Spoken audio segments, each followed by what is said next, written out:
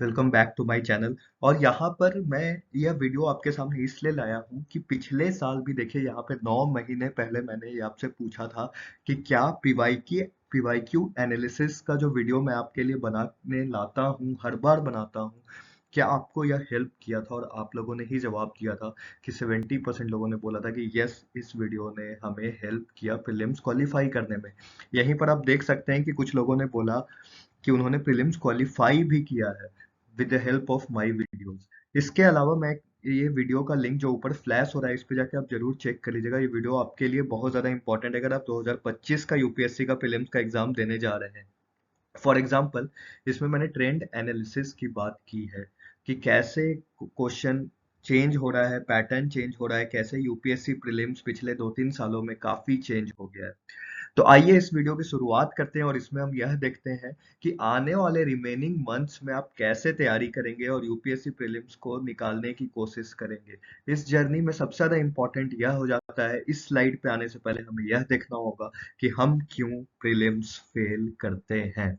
अगर कोई स्टूडेंट है, एस्पिरेंट है जो बार बार प्रीलिम्स फेल कर जा रहा है, कुछ मार्क्स से या फिर 10-15 मार्क्स से, या फिर ऐसा क्या हो रहा है कि बावजूद अगर वो सीरियस है पढ़ने में। देखिए ये वीडियो उन लोगों के लिए है जो ऑलरेडी सीरियस है, जो काफी सीरियस है। जब मैं बोलता हूँ तो बेसिक्स उन्होंने क्लियरली अच्छे से पढ़ रखा है, चाहे वो जो भी सब्जेक्ट का हो, ज्योग्राफी हो, हिस्ट्री हो। इस चैनल पे आपको और भी वीडियोस मिलेंगे जिसमें मैंने पीवाईक्यूज एनालिसिस किया है, लेकिन वो वीडियोस उनको ही समझ में आएंगे जिन्होंने बेसिक चीजें, जिनकी कॉन्सेप्चुअल क्लैरिटी है।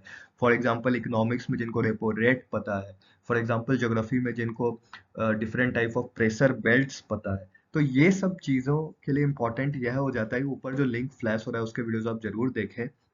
उसमें आपको क्लैरिटी मिलेगी खासकर उन स्टूडेंट्स के लिए। और अभी तक चैनल अगर आपने सब्सक्राइब नहीं किया तो आप चैनल सब्सक्राइब भी कर ले। तो अब देखिए हम प्रीलिम्स फेल क्यों करते हैं। सबसे पहला और इम्पोर्टेंट चीज क्या है कि हम इग्नोर करते हैं बेसिक सिलेबस। देखिए यहाँ पे क्या लिखा है मैंने कि बेसिक सिलेबस हम इग्नोर करते हैं। अभी मैं इसका प्रूफ भी दिखाऊंगा 2024 का जो आपका पीवाईक्यूज मैंने अटैच किया है इस वीडियो में। तो इस वीडियो को पूरी तरह से सही तौर पे अच्छे से देखिएगा। तो देखिए, दिक्कत यह नहीं होता है कि हम प्रीलिम्स यह इसलिए पास नहीं कर पाते हैं कि हम ज्यादा नहीं पढ़ पाते हैं। हम क्यों नहीं पास कर पाते हैं? क्योंकि हम जो पढ़ते हैं वो बेसिक जो एक सिलेबस है जो सभी स्टूडेंट्स तैयार करके जाते हैं, चाहे वो टॉपर हो चाहे वो फेलियर हो। दिक्कत वहां पे आता है कि हम बेसिक चीजों में जाके सिली मिस्टेक्स करते हैं। फॉर एग्जाम्पल, अगर अगर हम बात करें कि बेसिक सिलेबस क्या है, फॉर एग्जाम्पल अगर रेपो रेट एक बेसिक सिलेबस है इकोनॉमिक्स का, तो क्या आपको रेपो रेट का कॉन्सेप्ट पता है कि क्यों यह लागू किया जाता है और यह लागू करने से क्या इम्पैक्ट पड़ता है? अगर यह बेसिक चीज पे क्वेश्चन आया और आपने इस क्वेश्चन को गलत कर दिया ना, तो आप लाखों लोगों से, हजारों लोगों से आप पीछे चले जाएगा उस क्वेश्चन पेपर में, क्योंकि यह जो बेसिक क्वेश्चन है वो बाकी सब लोग सही करेंगे। होपफुली मैं जो समझा रहा हूँ आपको पता होगा, क्योंकि सिली मिस्टेक्स आपको ही पता है कि मैक्सिमम हम 3-4 सिली मिस्टेक्स सभी लोग करते हैं। लेकिन अगर 3 से ज्यादा आप सिली मिस्टेक्स कर रहे हैं, यानी आप 4 से लेके मान लीजिए 10 क्वेश्चन का सिली मिस्टेक्स कर देते हैं, जो आम तौर पर करते हैं लोग, क्योंकि मैंने भी तैयारी की और मैं ये चीज समझता हूँ। इसमें आपकी भी गलती नहीं है। देखिए, आदमी जिस टाइम तैयारी करते रहता है ना, उस टाइम कोई गाइड नहीं कर पाता है। तो आदमी को क्या लगता है कि बहुत सारी चीजें वो पढ़ ले, लेकिन पढ़ तो लेगा, लेकिन दिमाग की एक कैपेसिटी है कि उसी चीजों को वो स्टोर कर पाएगा। तो क्यों नहीं हम बेसिक सिलेबस जो है और बेसिक चीज जो है उसको कमांड कर ले, ताकि उनपे जो क्वेश्चंस आ रहे हैं ना डिफरेंट सब्जेक्ट्स में, वो एटलीस्ट हमारा गलत नहीं हो। वरना अगर मान लीजिए आप 5 या 6 क्वेश्चन, मैं समझता हूँ 6 क्वेश्चन अगर आपने सिली मिस्टेक्स कर दिया, तो आपको जहां पर 12 मार्क्स आने चाहिए थे विथ जीरो नेगेटिव मार्क, वहां पे आपका 12 मार्क्स भी चला गया और 12/3 भी गया। यानी आपका यहाँ पे 4 मार्क्स भी 1/3 कटता है, तो 4 मार्क्स और इसमें जोड़ दीजिए, यानी आपके 16 मार्क्स चले गए। मतलब आप 16 मार्क्स पीछे हो जा रहे हैं, और 16 मार्क्स पीछे होने का मतलब बहुत ज्यादा होता है। तो आप देख रहे हैं, दो एक दो सिली मिस्टेक सभी लोग करते हैं, 2-3 सिली मिस्टेक, लेकिन कितना कम सिली मिस्टेक्स आपको करना है, और वो कैसे कमांड में होगा, तो वो आपको बेसिक जो चीजें हैं ना, स्पेक्ट्रम जो किताबें हैं वो सबसे अभी मैं बताऊंगा आपको कैसे वो चीजें क्लियर करना है। पहले आप ये प्रॉब्लम्स को डिकोड करिए। अब देखिए, सबसे दूसरा जो मेन प्रॉब्लम मुझे लगता है कि बैलेंस आउट करना कंसेप्चुअल वर्सेस फैक्चुअल में, क्योंकि आपको ये पता है कि हमारा जो सिलेबस है ना, फॉर एग्जाम्पल आप देखिएगा तो अगर आप ज्योग्राफी उठाइएगा तो ज्योग्राफी में बहुत सारा जो क्वेश्चन आता है वो कॉन्सेप्चुअल भी आता है। जैसे पिछले बार उसने टेरेस्टेरियल रेडिएशन पे पूछा, क्लाइमेटोलॉजी से वो हमेशा वेस्टर्लीज के बारे में पूछता है, तो वो सब एक कॉन्सेप्ट है। अगर आपको नहीं पता है प्रेशर बेल्ट कैसे बनता है, वेस्टर्लीज विंड्स कैसे क्रिएट होती है, तो आप वो क्वेश्चन गलत कर दीजिएगा। लेकिन कुछ क्वेश्चन वहाँ पे फैक्चुअल भी होंगे, फॉर मैपिंग से भी आएगा, कुछ आपका डायरेक्टली मैप से पूछ देगा, कुछ रीजन अगर न्यूज में एनवायरमेंट में कोई स्पीसीज न्यूज में, तो सब फैक्चुअल है। तो यहाँ पर जो मेजर मिस्टेक करते हैं एस्पिरेंट्स, कि बैलेंस आउट ही नहीं कर पाते हैं कि अब 2 महीने का टाइम बचा है तो उसमें वो कैसे कॉन्सेप्चुअल चीज और फैक्चुअल चीज को बैलेंस कर पाए। इसका भी मैं निदान आपको बताऊंगा। तो लास्ट स्लाइड पे मैं सब चीजें को बताते जाऊंगा, जो ये प्रॉब्लम्स है ना उसको मैं सॉल्यूशन लास्ट स्लाइड पे बताऊंगा। अब तो अभी प्रॉब्लम्स को ध्यान से आप सुन लीजिए और रिलेट करिए। अगर आप भी ये चीजें कर रहे हैं तो कमेंट में आप उससे पूछ सकते हैं, मैं आपको जरूर हेल्प करूंगा। बहुत लोगों का ईमेल भी आता है। We don't understand how to use mocks and test series, ये भी एक इम्पॉर्टेंट है। अब देखिए, ये तीनों मैंने एकेडमिक पॉइंट ऑफ व्यू से ये तीनों पॉइंट डाले हैं, और ये नॉन एकेडमिक है। तो एकेडमिक में जो पहला दो है बहुत ज्यादा प्रायोरिटी का है, लेकिन तीसरा जो है ना, we don't understand how to use mocks. अब देखिए, मैं ऐसे भी स्टूडेंट्स को जानता हूँ जिन्होंने एक भी मॉक नहीं दिया है और बार बार प्रीलिम्स निकालते हैं, और ऐसे भी स्टूडेंट हैं जो मॉक लगातार देते हैं पर उनका प्रीलिम्स नहीं होता है। बहुत सारे ऐसे स्टूडेंट हैं जो सिर्फ पीवाईक्यूज लगा के जाते हैं और उनका प्रीलिम्स हो जाता है। तो ये पूरा का पूरा आपके ऊपर है, इंडिविजुअल के ऊपर है कि आपके कितने स्ट्रॉन्ग एरिया है, क्या आपका एक्यूरेसी रेट है, क्या आपके बेसिक्स पे कमांड है। जैसे फॉर एग्जांपल, अगर आप बेसिक पे अच्छा कमांड है तो आप सिली मिस्टेक्स नहीं करिएगा, तो उतने मॉक्स लगाने की आपकी जरूरत नहीं है। लेकिन मान लीजिए कि आपका बेसिक्स ही बहुत कमजोर है, तो मॉक लगा के ही आपको पता चलेगा, टेस्ट सीरीज लगा कर ही आपको पता चलेगा कि कौन सा सेक्शनल पार्ट में, फॉर एग्जांपल ज्योग्राफी में अगर हम बात करें तो क्लाइमेटोलॉजी में आपके क्वेश्चंस गलत हो रहे हैं, तो वो मॉक से ही पता चलेगा कि आपका क्लाइमेटोलॉजी वीक है। समझ में आ रहा है आपको ये चीज? तो ये फिगर आउट आपको करना है। उसके बाद अगर नॉन एकेडमिक पॉइंट्स पे बात करेंगे, कौन इंपॉर्टेंट नॉन एकेडमिक पॉइंट्स है जिसके कारण लोग प्रीलिम्स फेल करते हैं, तो पहला है ओवर कॉन्फिडेंट होना। बहुत सारे लोग ओवर कॉन्फिडेंट हो जाते हैं कि अरे भाई मैं तो कर ही लूंगा, मेरा अच्छा मॉक में आ रहा है, फिर जो भी है, मतलब उनके अंदर एक गट फीलिंग आ जाती है। लेकिन बहुत सारे ऐसे लोग हैं जो लेस कॉन्फिडेंट भी है, जो हमेशा वो सोचते रहते हैं कि यार मेरा नहीं होगा, 2 बार नहीं हुआ तो इस बार भी नहीं होगा। तो दिक्कत क्या है ना, कि दोनों तरह के लोगों का मुश्किल हो जाता है। तो यहाँ पर वही लोग प्रीलिम्स निकालेगा जो एक बैलेंस होगा। देखिए, स्ट्रेस सभी को होगा, सभी लोग के पर्सनल लाइफ में अलग अलग प्रॉब्लम्स चल रही हैं।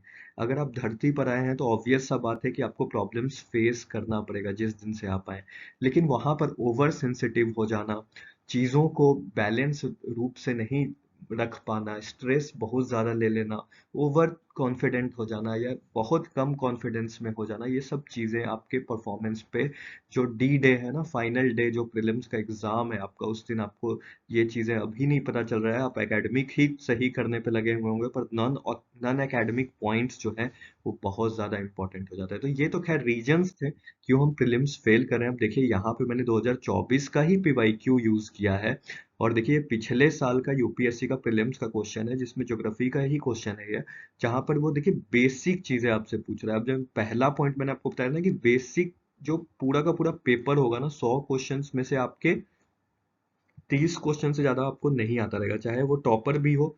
मैंने कितने सारे वीडियोस बनाए हैं, उसमें ये चीज बताया भी है कि 30 क्वेश्चन से ज्यादा आपको नहीं आता रहेगा जिसका आपको डायरेक्ट आंसर पता होगा कि यही आंसर सही है। बाकी 70 क्वेश्चंस अगर आपको सॉल्व करने हैं, 70 में से मान लीजिए आप 50 भी करते हैं, तो 50 क्वेश्चंस और जो आप सॉल्व करेंगे उसमें आपको लॉजिकल गेस ये सब का यूज करना ही पड़ता है। ये सब तो बेसिक चीजें आपको पता होनी चाहिए। लेकिन मेरा कहने का मतलब है कि 100 क्वेश्चन अगर टोटल प्रीलिम्स में आ रहा है, तो अभी भी उसमें 45 क्वेश्चन से लेके 55 क्वेश्चन का जो रेंज होता है, उसके बीच में स्टैटिक क्वेश्चंस आ रहे हैं। स्टैटिक की जब मैं बात कर रहा हूँ तो बेसिक क्वेश्चंस हैं जो कि आपके बेसिक किताब से, जो मैंने फर्स्ट पॉइंट बोला था, तो अगर वो क्वेश्चन, जैसे फॉर एग्जांपल यह जो क्वेश्चन है आपके बेसिक किताब में से, अगर आपने ज्योग्राफी पढ़ा होगा तो एनसीईआरटी सभी लोग पढ़े होंगे और उसमें यह चीज पढ़ा ही होगा जब स्टार्ट करते हैं आप ज्योग्राफी पढ़ना, कि अगर सूर्य है, सूर्य से पृथ्वी पर कुछ रोशनी आ रही है सनलाइट के फॉर्म में, तो वो शॉर्ट वेव रेडिएशन में ही आती है, लेकिन जब पृथ्वी गर्म हो जाती है और वापस वो रेडिएट करके एनर्जी इन्वायरमेंट के थ्रू वापस स्पेस में भेजती है तो वो लॉन्ग वेव में भेजती है। ये सब बेसिक फैक्ट्स है। अब बताइए, atmosphere is heated more by incoming solar radiation than terrestrial. अब ये साफ गलत है। एटमॉस्फेयर हीट इनकमिंग से नहीं होता है, जो वापस पृथ्वी गर्म होती है उसके बाद जो एनर्जी रेडिएट बैक करती है वह एटमॉस्फेयर में एब्जॉर्ब होता रहता है। अगर कोई गैस आ गया, कार्बन डाइऑक्साइड, जो सेकंड स्टेटमेंट भी है, ग्रीन हाउस गैस आ गया, तो वो एब्जॉर्ब करके क्या करते हैं, वो उसको वापस पृथ्वी पे भेज देते हैं। इसको हम क्या बोलते हैं, काउंटर रेडिएशन। तो अभी जितने भी टर्मिनोलॉजीज मैंने बोले, जितने भी यहाँ पे इस क्वेश्चन में आपको चीजें दिख रही है, carbon dioxide, green house gas, atmosphere, incoming solar radiation, ये सब बेसिक है। अगर इस क्वेश्चन में अगर आप गलत कर दीजिएगा ना तो ये ब्लंडर हो जाएगा, लिख लीजिए आप, और आपका एग्जाम नहीं निकल पाएगा। क्योंकि यही चीज मैं बोल रहा हूँ, और ये सिर्फ एक ज्योग्राफी का एग्जाम्पल है। अगर 2024 का आप और क्वेश्चंस देखिएगा, फॉर एग्जांपल ये भी ज्योग्राफी ही है, इन्वायरमेंट, जहाँ पे बेसिक चीजें बोल रहा है। अब इसके लिए आपको किताब ही नहीं पढ़ना है, अगर आप थोड़ा मैप भी पढ़ के गए हैं, थोड़ा इंडिया का मैप को बेसिक जानकारी भी जानते हैं, तो आपको पता होना चाहिए कि गोमती नदी जो है वो लखनऊ के पास बहती है, घाघरा नदी जो है वो बिहार और यूपी के बॉर्डर पे बहती है, कोसी नदी आप सब पढ़ते हैं, सौरव बिहार, ये बिहार के ईस्टर्न साइड पे, नॉर्थ साइड पे बहती है। गंडक नदी आपको ही पता है बिहार में बहती है। तो यहाँ से आपको पता चल जाएगा कि सबसे जो वेस्ट में है, दैट इज ऑब्वियस सा बात है, सबसे वेस्ट में घाघर सॉरी गोमती है। ये तो बेसिक चीजें हैं ना, ये सब चीजें आपको पता होनी चाहिए। और सबसे ईस्ट में कौन होगा, ऑब्वियस सा बात है, कोसी होगा। तो क्योंकि कोसी कहाँ पे है, यहाँ पे, गोमती कहाँ पे है, लखनऊ, यहाँ पे। तो इस क्वेश्चन के लिए कोई रॉकेट साइंस करने की जरूरत नहीं थी ना, और ये भी बेसिक क्वेश्चन है, इस पे हम आएंगे। अगर आपको वीडियोस बनाऊंगा मैं, ऑलरेडी मैंने कितने सारे पीवाईक्यूज एनालिसिस के वीडियोस भी बनाए, आप ऊपर लिंक पे देख सकते हैं। तो मेरा कहने का मतलब यही है कि सिर्फ ज्योग्राफी में ही नहीं, अलग अलग सब्जेक्ट में अलग अलग इजी बेसिक क्वेश्चंस आते हैं। अगर 100 क्वेश्चन टोटल है तो उसमें से 45-50 क्वेश्चन ऐसे होंगे ही होंगे जो बेसिक स्टैटिक पे होंगे। अगर वो क्वेश्चन आप गलत कर रहे हैं, दैट इज ब्लंडर। तो इसलिए फर्स्ट आपको जो इस रिमेनिंग मंथ्स में करना है वो ये चीज करना है कि आपको रिवाइज करते रहना है बेसिक्स, यानी आपने जहां से भी पढ़ा है, authentic sources. For example authentic की बात कर रहा हूँ, जैसे बिपिन चंद्रा हो गया हिस्ट्री का, स्पेक्ट्रम हो गया, लक्ष्मीकांत हो गया पॉलिटी का, एनसीईआरटीज हो गई ज्योग्राफी की, जीसी लोंग हो गया। तो इस तरह के जो अलग अलग बुक्स से आपने पढ़ा है, लिमिटेड जो पढ़ा है, मतलब एक जगह से ही पढ़ा होगा ऑब्वियसली अगर आप सीरियस स्टूडेंट, तो उसी को बार बार रिवाइज करिए और बेसिक्स में गलती मत करिए, जो फर्स्ट चीज आपका इस 2 महीना में होना चाहिए। इसके अलावा एक बैलेंस अप्रोच होना चाहिए आपका, फैक्चुअल और कंसेप्चुअल में। देखिए यहाँ पे एक मैं ट्रिक आपको बताता हूँ।